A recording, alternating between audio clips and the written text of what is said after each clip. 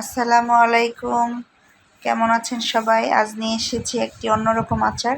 আমরা সাধারণত জলপাইয়ের আচার সবাই করি, কিন্তু আমি নিয়ে এসেছি লাড্ডু আচার।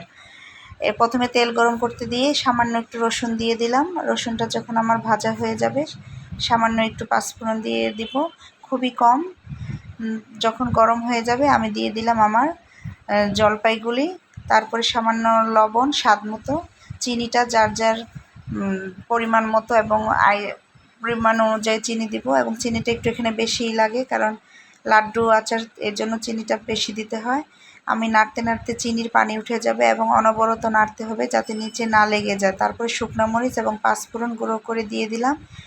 আমার আচার যখন কড়াই থেকে উঠে আসবে মনে হবে এটা হয়ে গেছে। তারপর হাতে সামান্য একটু তেল নিয়ে আমি প্রত্যেকটা জলপাইয়ের কিমাগুলি লাড্ডুর মতো করে এবং ভিতরে একটা বিচি দিয়ে দিচ্ছি, দিয়ে শেপ করে নিচ্ছি। আমার হয়ে গেল, দেখেন, একদম পারফেক্ট লাড্ডু আচার। আর খেতেও খুব অসাধারণ, এবং বাচ্চারা খুবই পছন্দ করে, যেহেতু চিনির পরিমাণটা একটু বেশি থাকে আর সামান্য একটু ঝাল, টক ঝাল, কিন্তু মিষ্টিটাই বেশি সবাই ভালো